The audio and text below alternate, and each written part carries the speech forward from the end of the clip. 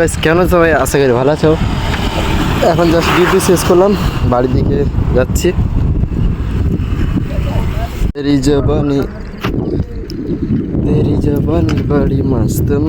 Guys একটা কথা ছিল, মানে আছে যে আমি যে একটা ভিডিও আপলোড করেছিলাম, ওটাতে ওই যে সিসিটিভি ফুটেজটা ওটা যে আপলোড করেছিলাম টকিডন, ওটা যে আপলোড করেছিলাম ওটা তোমার আমাদের পাশেই মন্দারমণিতে ওরা ধরা পড়েছে। কী হয়েছে জানি না, বাস এটা জানতে পারলাম যে ওরা ধরা পড়েছে, কি পুলিশের কাছে নিয়ে গেছে, কি ওরা কি করেছে জানি না, মানে ওটা জানতে পারলাম যে ধরা পড়েছে। জাস্ট বাড়ির দিকে রওনা হচ্ছে।